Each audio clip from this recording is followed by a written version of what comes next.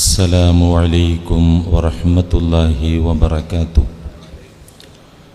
أعوذ بالله من الشيطان الرجيم. بسم الله الرحمن الرحيم. واتل عليهم نبأ الذي آتيناه آياتنا فانسلخ منها فأتبعه الشيطان فكان من الغاوين.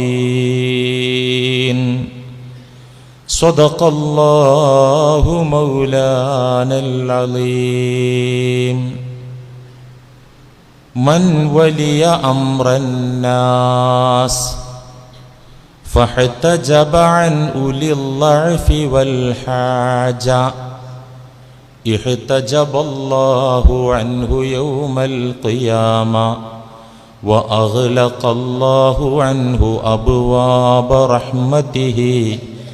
صدق رسول الله. لك الحمد مولانا على كل نعمتي ومن جملة النعماء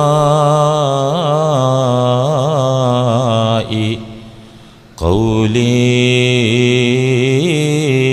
لك الحمد ولا حمد إلا أنت منا بنعمتي فسبحان لا يقوى على حمدك العبد.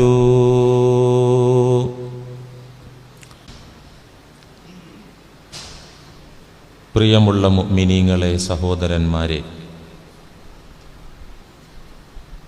കൈക്കൂലി എന്ന അപരാധം ഇസ്ലാമിക വീക്ഷണത്തിൽ എന്താണ്?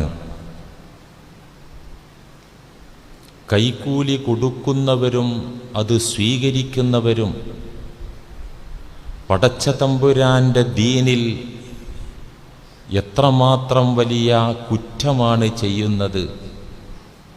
ഈ വിഷയത്തെക്കുറിച്ചുള്ള ഒരു പഠനമാണ്, അന്വേഷണ യാത്രയാണ് 1-2 ആഴ്ചകൾക്ക് മുമ്പ് നാം തുടക്കം കുറിച്ചത്. ഈ വിഷയത്തിൻ്റെ പ്രഥമഘട്ടമെന്ന നിലക്ക് കൈക്കൂലി കൊടുക്കുന്നതെങ്ങനെ കുറ്റമാകും, കൈക്കൂലി കൊടുക്കുന്നവർക്കുള്ള ശിക്ഷ എന്താണ് എന്നതിനെക്കുറിച്ച് ആദ്യം നാം പറഞ്ഞു കഴിഞ്ഞു. കൈക്കൂലി സ്വീകരിക്കുന്നവർക്ക് വരാനിരിക്കുന്ന നഷ്ടങ്ങൾ, വന്നു ഭവിക്കുന്ന നഷ്ടങ്ങളെക്കുറിച്ചാണ് കഴിഞ്ഞയാഴ്ച നമ്മൾ സംസാരിച്ചു തുടങ്ങിയത്.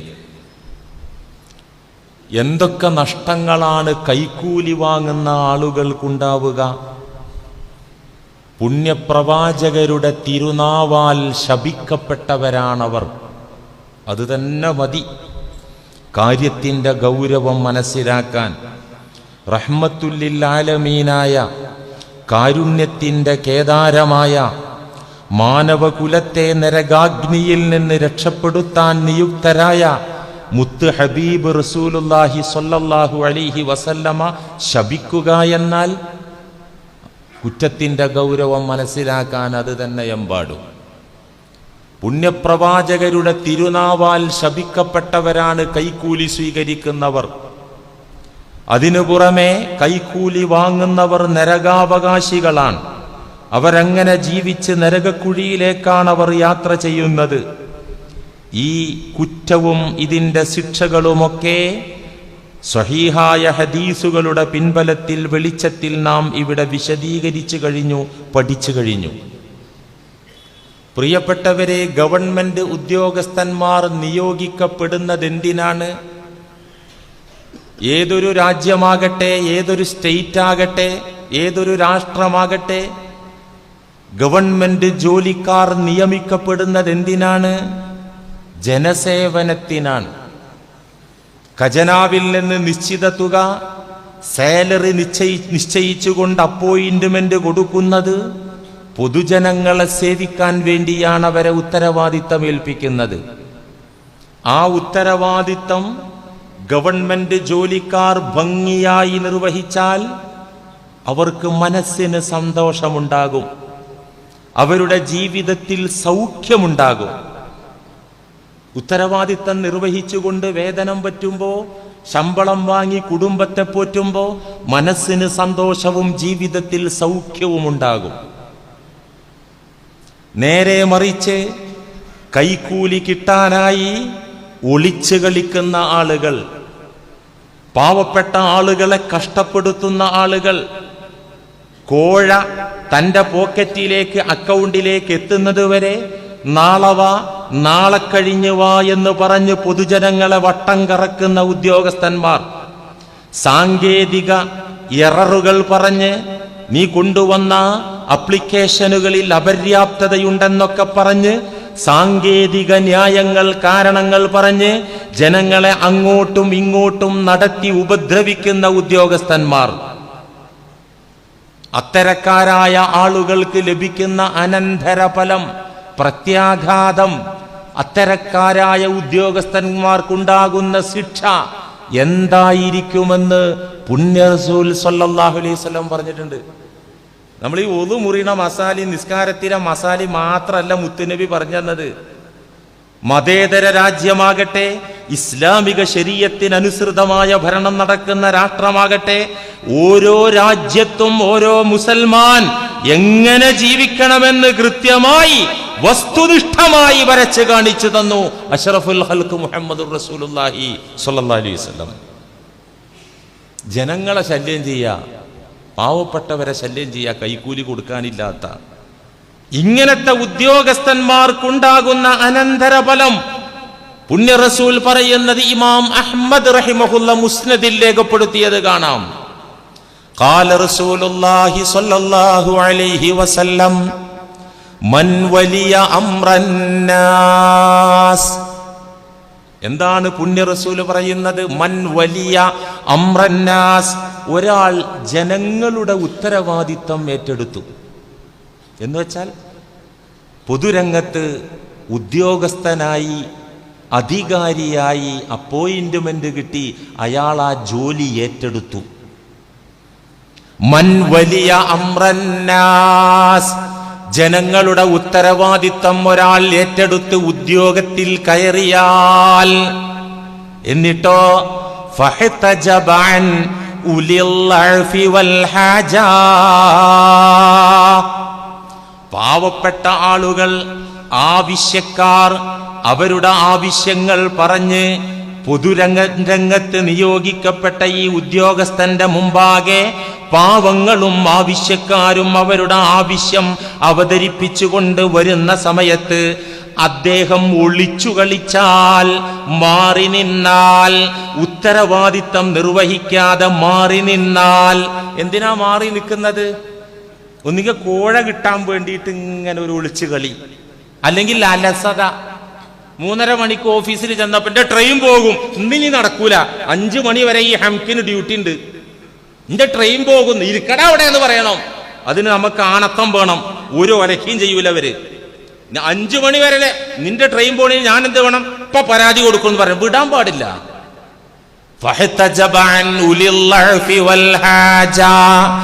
ആവശ്യക്കാർ, പാവങ്ങൾ മുന്നിൽ വരുമ്പോൾ ഒളിച്ചു കളിക്കുക, കൈക്കൂലിക്ക് വേണ്ടി അല്ലെങ്കിൽ അലസത കാരണം ഒളിച്ചു കളിച്ചാൽ ഇഹ്തജബല്ലാഹു അൻഹു യൗമൽ ഖിയാമ, അത്തരം ഉദ്യോഗസ്ഥന്മാരുടെ കാര്യത്തിൽ അല്ലാഹു അന്ത്യനാളിൽ മാറി നിൽക്കും.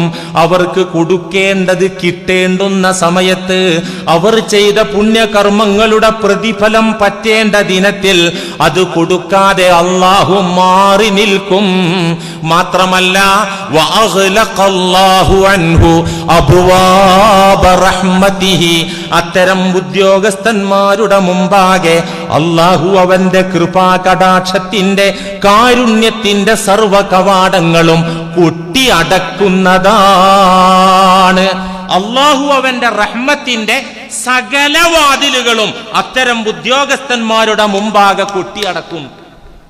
ഈ കൈക്കൂലി മേടിച്ചാലൊന്നും അവന് ബർക്കത്തുണ്ടാവില്ല, അവനും മതിയാകൂല, അവന്റെ പ്രശ്നങ്ങൾ തീരൂല. അല്ലെങ്കിലും ഈ കൈക്കൂലി അഴിമതിയും അരുതാത്തതൊക്കെ സമ്പാദിച്ചു വെച്ചാൽ എന്താ സംഭവിക്കാന്നറിയാം നിങ്ങൾക്ക്? നമ്മളിപ്പോ ഒരു കല്യാണ വീട്ടിൽ ഒരു ചെമ്പ് നിറയെ ജ്യൂസ് കലക്കി, ഒരു ചെമ്പ് നിറയെ ജ്യൂസ് ഉണ്ട്, അതിലൊരു കോഴി വന്ന് കാഷ്ടിച്ചു എന്ന് സങ്കല്പിക്കുക. ആ കാഷ്ടിച്ചേടം മാത്രം എടുത്തിട്ട് നീക്കുക, ശരിയാവൂ? അത് മൊത്തം ഒഴിവാക്കേണ്ടി വരും. ഇതുപോലെ ഞാനും നിങ്ങളും ഹലാലായ നിലക്ക് കുറ്റമറ്റ വിധത്തില് ഒരു കുഴപ്പമില്ലാതെ വിയർപ്പൊഴുക്കി കഠിനാധ്വാനം ചെയ്ത് സമ്പാദിച്ച സ്വത്തിലേക്ക് ഈ കൈക്കൂലി ചേർക്കുന്നതോടുകൂടെ എല്ലാം നശിച്ചു, മാലിന്യം കലർന്നു. ഇല്ലാത്ത നല്ലതില്ല, ആ നല്ലതിലാണ് ഇത് കലർത്തുന്നത്, മൊത്തം പോകും. ഇപ്പൊ ലോട്ടറിയൊക്കെ അടിച്ചാല് ഇനിയിപ്പോ ബമ്പർ വരുന്നുണ്ട് 25 കോടി, ഓരോരുത്തർ എടുത്തിട്ട് യാസീനോത് അല്ലാത്തൊന്ന് കിട്ടിയാൽ ഈ കടം തീർന്നിട്ട് വീട് വെക്കാലോ. അത് കിട്ടിയ അപകടമാണ്. കിട്ടിയില്ലെങ്കിൽ 250 രൂപയെ പോവുള്ളൂ, കിട്ടിയില്ലെങ്കിൽ ടിക്കറ്റിന്റെ 250 പോവുള്ളൂ. എങ്ങാനും അത് കിട്ടിയാൽ എത്ര ആൾക്ക് കോടികൾ കിട്ടി, എന്താ അവരൊക്കെ അവസ്ഥ ഒന്ന് പോയി അന്വേഷിച്ച് നോക്ക്, ഒന്ന് അന്വേഷിച്ച് നോക്ക്. അള്ള കണ്ണും കാതും ബുദ്ധി തന്നിട്ടില്ലേ? മുസ്ലിയാർ പറഞ്ഞു ലോട്ടറിക്ക് വിറ്റിട്ടാണ് ഇപ്പൊ ഞങ്ങൾ അരി മേടിക്കണത്. ഞാനെന്താ ചെയ്യാ? ഇസ്ലാമല്ലേ എനിക്ക് പറയാൻ പറ്റുള്ളൂ. മാത്രല്ല അതുകൊണ്ടൊന്നും നിങ്ങൾ രക്ഷപ്പെടാൻ പോണില്ല. പറഞ്ഞു തരണ്ടേ? എന്റെ ഡ്യൂട്ടി അല്ലേ അത്? ഇത് ഹറാമ് കലർന്നാൽ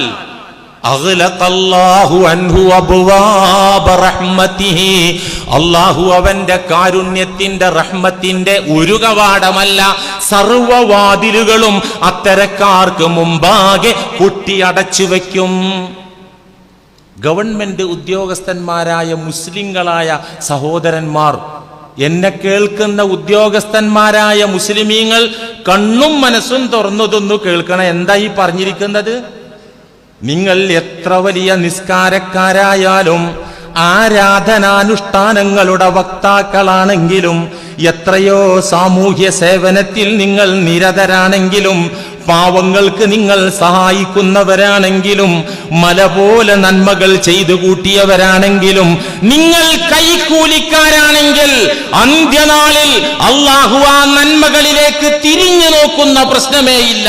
അല്ലാഹു അത് എടുക്കൂല, ആ ഹസനാത്തുകൾ അല്ല തിരിഞ്ഞു നോക്കൂല.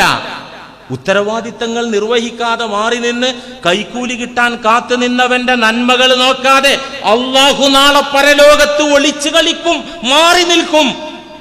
റഹ്മത്തിന്റെ കവാടങ്ങൾ ആ മനുഷ്യന്റെ മുമ്പാകെ അടച്ചു വെക്കും. അന്ന് കുടുങ്ങും, ഉറപ്പാ. അന്ന് ഇവന്റെ പാർട്ടി ആയിരിക്കൂല ഭരിക്കുന്നത്. എത്ര കൈക്കൂലി മേടിച്ചാലും ട്രിവാൻഡ്രത്തേക്ക് ഒരു ടെലിഫോൺ കോൾ ഊരിപ്പോരാ, അത് ഇവിടെ നടക്കും. അവിടെ ഇവന്റെ പാർട്ടിയല്ല ഭരിക്കുക. അന്ന് ആരാ ഭരിക്കുക? മാലിക് യൗമിദ്ദീൻ, വിചാരണ നാളിന്റെ ഉടമസ്ഥനായ പരമാധികാരിയായ അല്ലാഹു റബ്ബുൽ ഇസ്സത്ത്, അവന്റെ ഭരണമായിരിക്കും അന്ന്. രക്ഷപ്പെടാൻ പറ്റൂല. മാത്രമല്ല, ഗവൺമെന്റ് ഉദ്യോഗസ്ഥന്മാർ പൊതുജനങ്ങൾക്ക് സേവനം ചെയ്യാൻ നിയുക്തരായി അധികാര കസേരയിൽ ഇരിക്കുന്ന ആളുകൾ അവരുടെ സർവീസ് പീരീഡിൽ, അവരുടെ ഡ്യൂട്ടി ടൈമിൽ കൈപ്പറ്റുന്ന പാരിതോഷികങ്ങളൊക്കെയും വാങ്ങിക്കുന്ന ഗിഫ്റ്റുകളൊക്കെയും ഒന്നുകിൽ അഴിമതിയാണ്, അല്ലെങ്കിൽ കൈക്കൂലിയാണ്. എന്താ പറഞ്ഞത്? ഉദ്യോഗസ്ഥന്മാർ അവരുടെ സർവീസ് പീരീഡിൽ ഡ്യൂട്ടിക്കിടെ കൈപ്പറ്റുന്ന പണമാകട്ടെ മറ്റു വസ്തുക്കളാകട്ടെ, അത് ഒന്നുകിൽ അഴിമതിയാണ്, അല്ലെങ്കിൽ കൈക്കൂലിയാണ്. അത്തരം അഴിമതികളും കൈക്കൂലികളും നാളെ പരലോകത്തേക്ക് തൊണ്ടി സഹിതം ഏതൊരു വസ്തുവാണോ അനർഹമായി സമ്പാദിച്ചത് എങ്കിൽ ആ വസ്തുവുമായിട്ടായിരിക്കും മഹ്ശറയിലേക്ക് കടന്നു വരുന്നത്. ഈ സംഭവം റസൂലുള്ളാഹി സ്വല്ലല്ലാഹി അലൈഹി വസല്ലമ പഠിപ്പിക്കുന്നത് സ്വഹീഹുൽ ബുഖാരിയിൽ കാണാം, സ്വഹീഹ് മുസ്ലിമിൽ കാണാം, ഏകദേശം ഹദീസ് കിതാബുകളിലൊക്കെ കാണാം. ബുഖാരി മുസ്ലിമിൽ ഉണ്ടായാൽ മതിയല്ലോ. എന്ത് ഡ്യൂട്ടിക്കിടെ കൈപ്പറ്റുന്ന ഗിഫ്റ്റുകളൊക്കെ അഴിമതിയോ കൈക്കൂലിയാണ്. ഈ സാധനം കൊണ്ടായിരിക്കും മഹ്ശറയിലേക്ക് വരുന്നത്. ഇസ്തഅമല റസൂലുള്ളാഹി സ്വല്ലല്ലാഹു അലൈഹി വസല്ലം, ഇമാം ബുഖാരിയുടെ റിവായത്താണ് ഞാൻ ഇവിടെ ഉദ്ധരിക്കുന്നത്. ഇസ്തഅമല റസൂലുള്ളാഹി സ്വല്ലല്ലാഹു അലൈഹി വസല്ലം റജുലൻ മിനൽ അസ്ദി യുഖാലു ലഹു ഇബ്നുൽ ലുത്ബിയ. നബി തങ്ങൾ ഒരാളെ ഉദ്യോഗസ്ഥനായി നിയമിച്ചു. റജുലൻ മിനൽ അസ്ദി, അസ്ദ് ഗോത്രത്തിൽപ്പെട്ട ഒരാളെ. യുഖാലു ലഹു ഇബ്നുൽ ലുത്ബിയ, അയാളെ പേര് ഇബ്നുൽ ലുത്ബിയ എന്നാണ്.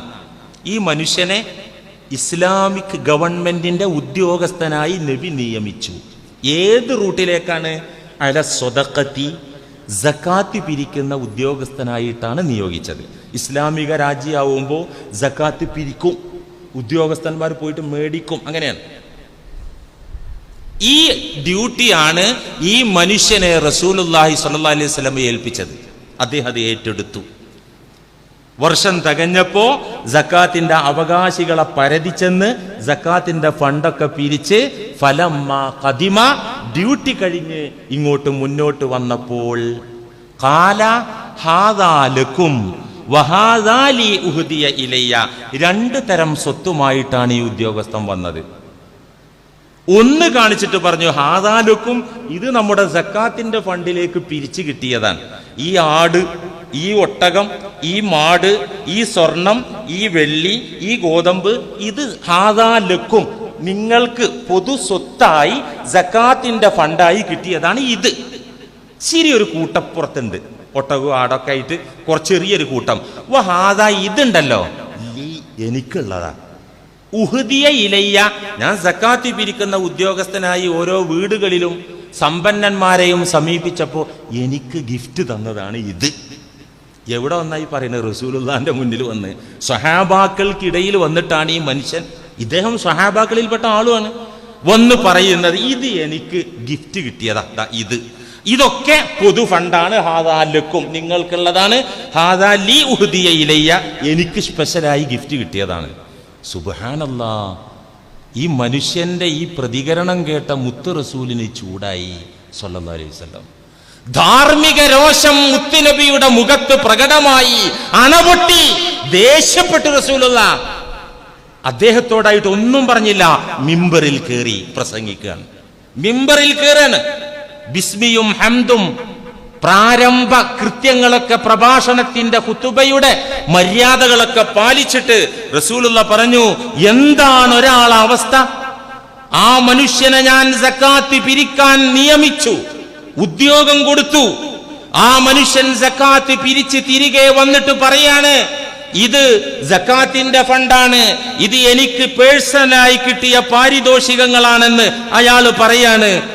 അഫലാ ഖഅദ ഫീ ബൈതി അബീഹി ഔ ഫീ ബൈതി ഉമ്മിഹി, ഇങ്ങനെയാണെങ്കിൽ ആ ചങ്ങാതിക്ക് അവന്റെ തന്തയുടെ തള്ളയുടെ വീട്ടിൽ പോയിരുന്നൂടെ?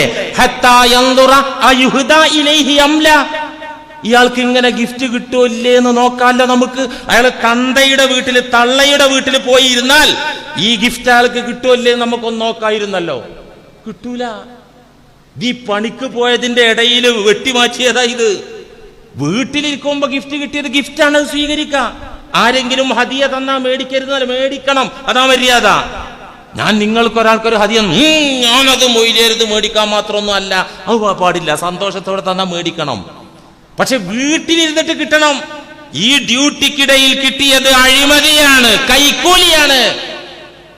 അഫലാ ഖഅദ ഫീ ബൈതി അബീഹി ഔ ഫീ ബൈതി ഉമ്മിഹി അയുഹദാ ഹത്താ യൻദുറ അയുഹദാ ഇലൈഹി അംല, അവിടെ പോയിരുന്നിട്ട് കിട്ടൂല്ലെന്ന് നോക്കായിരുന്നല്ലോ.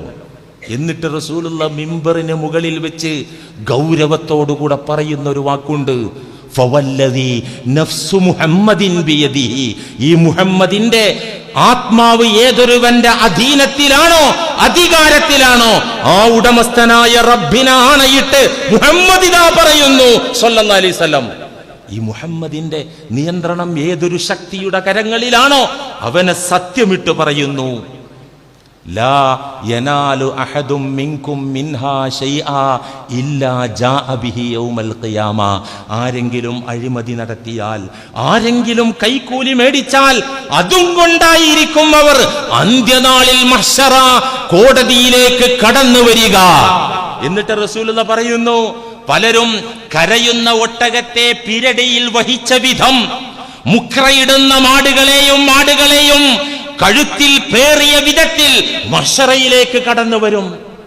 സ്വർണവും വെള്ളിയും കറൻസി നോട്ടുമാല ഇട്ടുവരും പലര്. ഭൂമി വെട്ടിപ്പിടിച്ച, ഭൂമി കൈക്കൂലി മേടിച്ച, അഴിമതിയിലൂടെ വെട്ടിപ്പിടിച്ചതാണെങ്കിൽ ഭൂമി കഴുത്തിലിട്ട് വരും. ഇതൊക്കെ എങ്ങനെ? കുദ്റത്തിന്റെ ലോകാണ് ആഖിറം. ഇതൊന്നും ഇവിടെ എങ്ങനെയെന്ന് പറയാൻ കഴിയില്ല, അറിയാനും കഴിയൂല. ഇങ്ങനെ വരും. ഈ ലോകത്ത് വെച്ച് വിജിലൻസിന്റെ കണ്ണിൽ പെടാതെ രക്ഷപ്പെടാൻ കഴിഞ്ഞേക്കാം. അതിന് പുറത്തെ ഏജന്റിനെ നിർത്തിയാൽ മതിയാകും, രക്ഷപ്പെട്ടേക്കാം. പക്ഷേ പരലോകത്ത് ആ പിടിച്ചടക്കിയ, മേടിച്ച് കൈപ്പറ്റിയ കൈക്കൂലിയും അഴിമതിയും അതും കൊണ്ടായിരിക്കും അന്ത്യനാളിൽ വരുന്നത്. മിമ്പറിന്റെ മുകളിൽ നിന്ന് ആ രണ്ട് കരങ്ങളും ആകാശത്തേക്ക് ഉയർത്തി റസൂലുള്ളാഹ്. ഉയർത്തിയിട്ട് പറഞ്ഞു, സുമ്മ ഖാല അല്ലാഹുമ്മ ഹൽ ബല്ലഗ്തു, അല്ലാഹുമ്മ ഹൽ ബല്ലഗ്തു. പടച്ചോനെ, നീ എന്നെ ഏൽപ്പിച്ച ഡ്യൂട്ടി ഞാൻ നിർവഹിച്ചില്ലേ അല്ലാഹ്? നീ എന്നോട് പറയാൻ പറഞ്ഞ, എത്തിച്ചു കൊടുക്കാൻ പറഞ്ഞ സന്ദേശങ്ങൾ, ഇവർക്ക് പകർന്നു കൊടുക്കാൻ എന്നെ ഏൽപ്പിച്ച അറിവുകൾ ഞാൻ പറഞ്ഞു കൊടുത്തില്ലേ അല്ലാ? ഞാൻ എത്തിച്ചു കൊടുത്തില്ലേ അല്ലാ? എന്റെ ഡ്യൂട്ടി ഞാൻ നിർവഹിച്ചില്ലേ അല്ലാ എന്നും പറഞ്ഞിട്ട്, ഞാൻ എന്റെ ഡ്യൂട്ടി ചെയ്തിട്ടുണ്ട്, പറയേണ്ടത് പറഞ്ഞിട്ടുണ്ട്. സ്വഹീഹുൽ ബുഖാരി, സ്വഹീഹ് മുസ്ലിം. ഗൗരവമുള്ള കേസാണ്. ഗവൺമെന്റ് ഉദ്യോഗസ്ഥന്മാർ മാത്രമല്ല, കഴിഞ്ഞ ആഴ്ച സൂചിപ്പിച്ചല്ലോ, കൈക്കൂലി വാങ്ങുന്ന മതപണ്ഡിതന്മാരുടെ കാര്യം കഴിഞ്ഞ ആഴ്ച സൂചിപ്പിച്ചല്ലോ.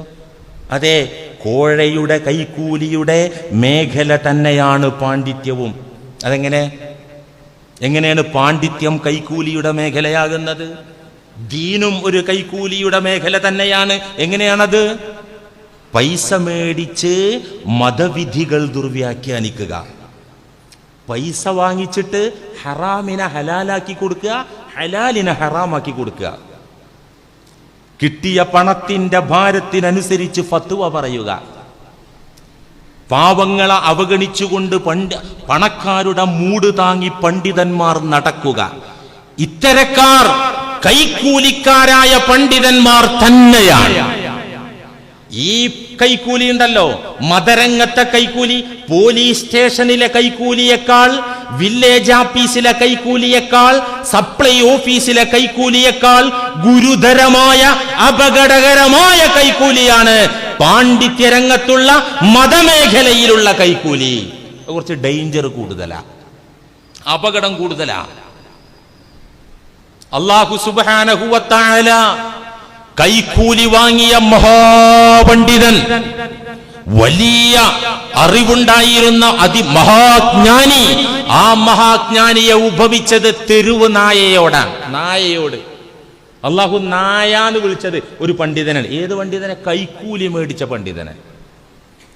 അഅറാഫ് സൂറത്തിന്റെ 175, 176 സൂക്തങ്ങളിൽ ആ ചരിത്രമാണെന്ന് പറയുന്നത്.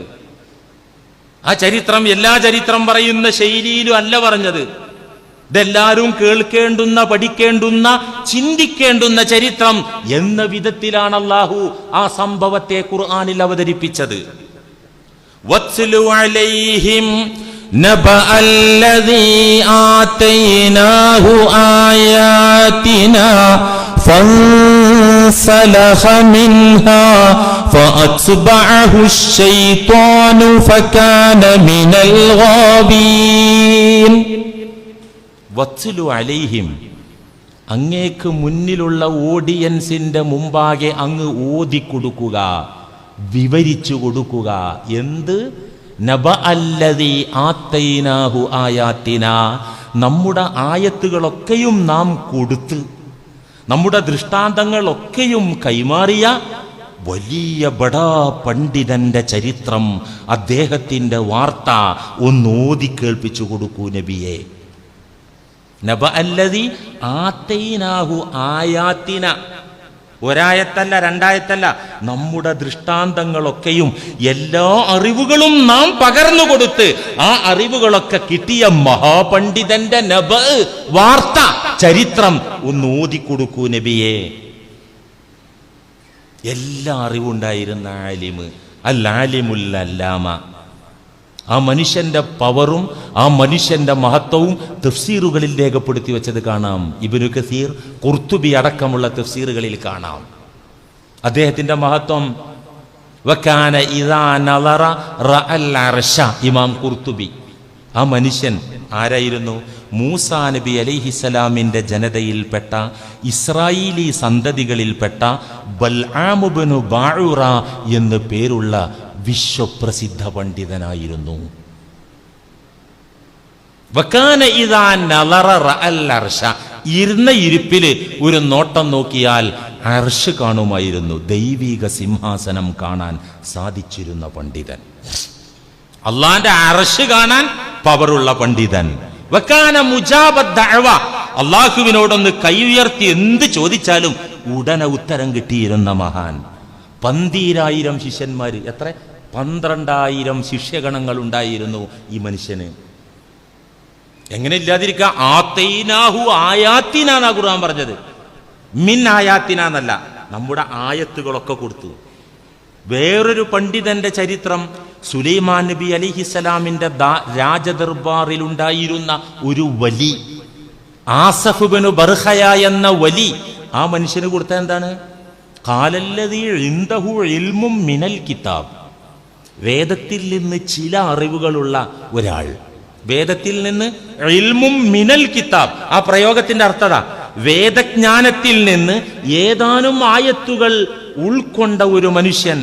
കാതങ്ങൾക്കകലെയുള്ള സബഇന്റെ രാജ്ഞിയായ ബിൽക്കീസിന്റെ കൊട്ടാരത്തിനകത്ത് സുരക്ഷിതമായി പൂട്ടിയിട്ട അവരുടെ സിംഹാസനം ഇങ്ങോട്ടെത്തിച്ചു. കണ്ണുവെട്ടി തുറക്കും മുമ്പ് അയാളെ പവർ എന്തെയ്യുന്നു? അയാളെ പ്രത്യേകത എന്തെയ്യുന്നു? ഖാലല്ലദീ ഇൻദഹു ഇൽമും മിനൽ കിതാബ്, കാതങ്ങൾക്കകലെയുള്ള സിംഹാസനം ഒരു സെക്കൻഡ് കൊണ്ട് സുലൈമാൻ നബി അലൈഹിസ്സലാമിന്റെ രാജദർബാറിൽ എത്തിച്ചു. അപ്പൊ ഈ മനുഷ്യന്റെ പവർ എത്രയായിരിക്കും? ആതൈനാഹു ആയാത്തിന എന്നാ പറയുന്നത്. ഈ മനുഷ്യന്റെ പവർ എല്ലാ ആയത്തും കൊടുത്തു. അപ്പൊ ഇതൊക്കെ സാധിക്കും, ചോദിച്ചാ ഉത്തരം കിട്ടും, മുകളിൽ നോക്കിയാൽ അള്ളാന്റെ അർശ് കാണും, ആ പവറിലെത്തും ഉറപ്പ്. പക്ഷേ അള്ളാഹു പറയുന്നു, ഈ മഹാപണ്ഡിതൻ ഫൻസലഖ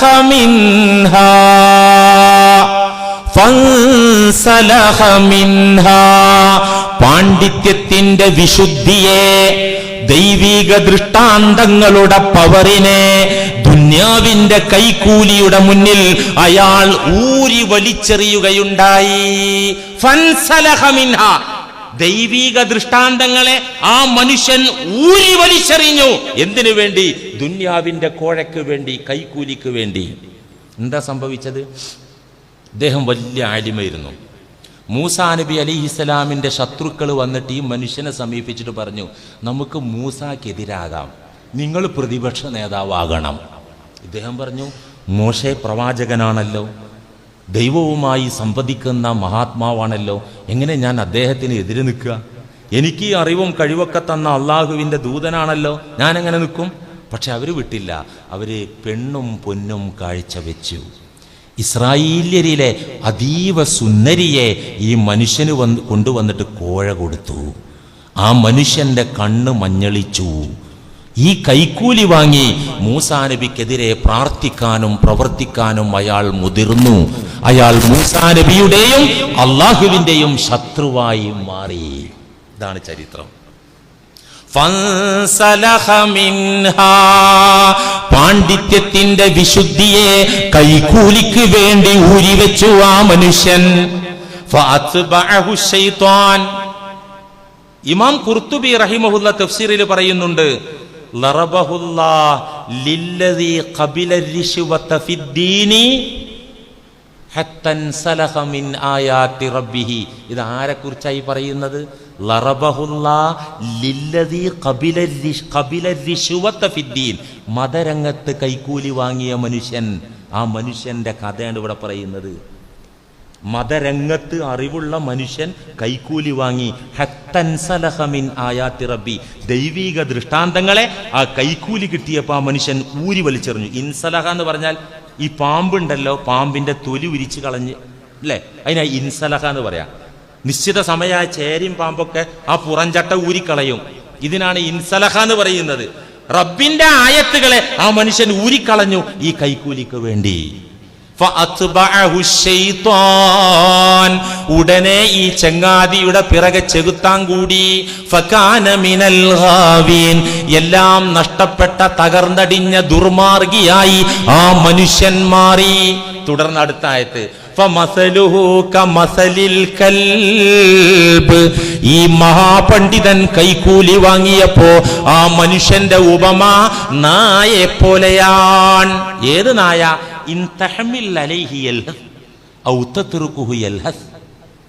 ആ നായെ ഉപദ്രവിച്ചാലും അത് നാക്ക് വെളിയിലിടും, ചുമ്മാ വിട്ടാലും നാക്ക് വെളിയിലിടും. നായ കണ്ടിട്ടില്ലേ നാക്ക് വെളിയിലിടുന്ന? എന്താ ഈ നായ എപ്പോഴും നാക്ക് വെളിയിലിടുന്നത് എന്തുകൊണ്ടാ? ഇമാം ഖുർത്തുബി പറയുന്നു, ഹാദിഹി ദലീലുൻ അലാ മൗതി ഫുആദിഹി. ഹൃദയം ചത്തതിന്റെ ലക്ഷണാണ്. ഹൃദയം ചത്തതിന്റെ ലക്ഷണാണ് നാക്ക് നായ പുറത്തിടാൻ കാരണം. മനുഷ്യന്മാരിൽ ആരാ നാക്ക് പുറത്തിടല്? മന്ദബുദ്ധികള്, ഭ്രാന്തന്മാർ. അള്ളാഹു കാക്കട്ടെ. നിങ്ങൾ കണ്ടിട്ടില്ലേ, ഇപ്പം എൻ്റെ മക്കൾക്ക് ഇച്ചിരി സ്പീച്ച് കുറവുള്ളതുകൊണ്ട് അതിന് തെറാപ്പി കൊടുക്കാൻ ഞാൻ കൊണ്ടുപോകും. തെറാപ്പി സെൻറ്ററിൽ OT, occupational therapy, psychology therapy, speech തെറാപ്പിയൊക്കെ കൊടുക്കുന്ന കേന്ദ്രത്തിൽ പോയാൽ ചില കുഞ്ഞുങ്ങളെ തള്ളമാർ കൊണ്ടുവരുന്നത് നാക്കൊക്കെ നീട്ടിയിട്ട്. അള്ളാഹു കാക്കട്ടെ. അപ്പോൾ ഹൃദയം ചത്തതിൻ്റെ, ബുദ്ധി ചത്തുപോയതിൻ്റെ ലക്ഷണമാണ്. ട്രെയിനിങ് കൊടുത്താൽ നായ പല അഭ്യാസം കാണിക്കും, പക്ഷെ ബേസിക്കലി അത് ഹൃദയം ചത്തതിൻ്റെ ലക്ഷണമാണ് ഇമാമികൾ പറയുന്നത്. ഇങ്ങനെ ഹൃദയത്തെ അള്ളാഹു കൊന്നു ഈ ചങ്ങാതിയുടെ.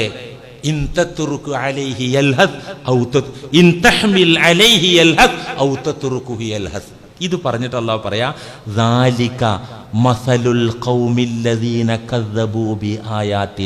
ഇത് ഒരു ബൽആം ഇബ്നു ബാഉറയുടെ കഥ മാത്രല്ല, മൂസാ നബിയുടെ ഇസ്രായേലിൽപ്പെട്ട ഒരു പണ്ഡിതന്റെ ചരിത്രം മാത്രല്ല. ദാലിക മസലുൽ ഖൗമില്ലദീന കദ്ദബൂ ബിആയാതിന. നമ്മുടെ ദൃഷ്ടാന്തങ്ങളെ കൊഞ്ഞണം കുത്തുന്ന, നമ്മുടെ ആയത്തുകളെ കളവാക്കുന്ന സർവർക്കുമുള്ള ഉപമയാണിത്. ഫഖ്സുസിൽ ഖസസ ലഅല്ലഹും യതഫക്കറൂൻ. നബിയെ ഈ ചരിത്രം നന്നായി അവർക്കൊന്ന് വിവരിച്ചു കൊടുക്കൂ നബിയെ. ഫഖ്സുസിൽ ഖസസ, ഈ ഖിസ്സ നന്നായിട്ട് പറഞ്ഞു കൊടുക്കൂ. ലഅല്ലഹും യതഫക്കറൂൻ, അവരൊന്ന് തലച്ചോറ് കൊടുത്ത് ആലോചിക്കട്ടെ. അല്ലാഹ് കൈക്കൂലി വാങ്ങുന്ന പണ്ഡിതൻ എന്താ ചെയ്യണേ? അള്ളാന്റെ ആയത്തിനെ കളവാക്കാണ്. അള്ളാഹുവിന്റെ ആയത്തുകളെ കൊഞ്ഞണം കുത്തുകയാണ്, ഇകഴ്ത്തി കാണിക്കുകയാണ്. ഇവൻ തെരുവ് നായയെ പോലെ എന്നാണ് അല്ലാഹു സുബ്ഹാനഹു വ തആല ഖുർആനിൽ പറഞ്ഞിട്ടുള്ളത്. ഈ ആയത്ത് വിശദീകരിച്ച് ഇമാം ഖുർത്തുബി പറയുന്നുണ്ട്, ഈ ആയത്തിൽ നിന്ന് പല പാഠങ്ങളും പഠിക്കാണ്ട്. അങ്ങോട്ട് കയറിയ സമയം വൈകും. അതെ, സ്വത്ത് തർക്കം, രണ്ടാൾക്കിടയിൽ സ്വത്ത് തർക്കം. ഒരു മഹല്ല് ജമാഅത്തിൽ ചേട്ടൻ പറഞ്ഞു, പാപ്പ എനിക്കത് ജീവിതകാലത്ത് എനിക്ക് തന്നതാ ഗിഫ്റ്റ്. അനിയൻ പറഞ്ഞു അങ്ങനെയാണ് കൊടുക്കാൻ പറ്റില്ല, തർക്കം. അപ്പോൾ ചേട്ടൻ പുള്ളി ആദ്യം ഉസ്താദിൻ്റെ റൂമിലൊന്ന് വന്ന് ഉസ്താദിനെ കാണേണ്ട കോലത്തിലാണ് കണ്ടപ്പോൾ ഫത്തുവ പിന്നെ ആ ഭാഗത്തേക്ക് ചെരിഞ്ഞും കൊണ്ട് ഇവൻ പട്ടിയെപ്പോലെ തെരുവ് നായ. മുസ്ലിയാരെന്താ ഈ ജുമക്ക് ആ പേരൊക്കെ പറയണേ? അള്ളാഹു ഖുർആനിൽ പറഞ്ഞ അതിൻ്റെ മലയാളം ഇപ്പം ഞാൻ പറയല്ല, എന്ത് ചെയ്യാം, ഡോഗ് എന്ന് പറഞ്ഞിട്ട് എന്താ വല്ല കാര്യമുണ്ടോ? പച്ച മലയാളത്തിൽ തന്നെ വായന പറയാം. ഇവനെയാണ് അള്ളാഹു ആ ജന്തുവിനോട്, 4 കാലും വാലുള്ള ജന്തുവിനോട് ഉപമിച്ചത്. അള്ളാഹു കാക്കട്ടെ. ഇതെല്ലാ രംഗത്തും കൈക്കൂലി അപകടകരമാണ്. ഇതൊരു മഹാപണ്ഡിതൻ കൈക്കൂലി മേടിച്ച അവസ്ഥ. അപ്പോൾ പാമരൻ കൈക്കൂലി വാങ്ങിയാലോ? നിങ്ങൾ ചേർത്ത് വായിച്ചോളൂ ഇൻഷാ അല്ലാഹ്. ഈ ആയത്തിൻ്റെ പൊരുളുകൾ തഫ്സീറുകളിൽ പറഞ്ഞ ഗുണപാഠങ്ങൾ അടുത്ത ആഴ്ച നമുക്ക് തുടർന്ന് പറയാം. തുടർന്ന് അഴിമതി പറയാനുണ്ട്. അള്ളാഹു ഇത്തരം അപരാധങ്ങളിൽ നിന്നൊക്കെ നമ്മെയും നമ്മുടെ കുടുംബത്തെയും സമൂഹത്തെയും കാത്തിരക്ഷിക്കുമാറാകട്ടെ.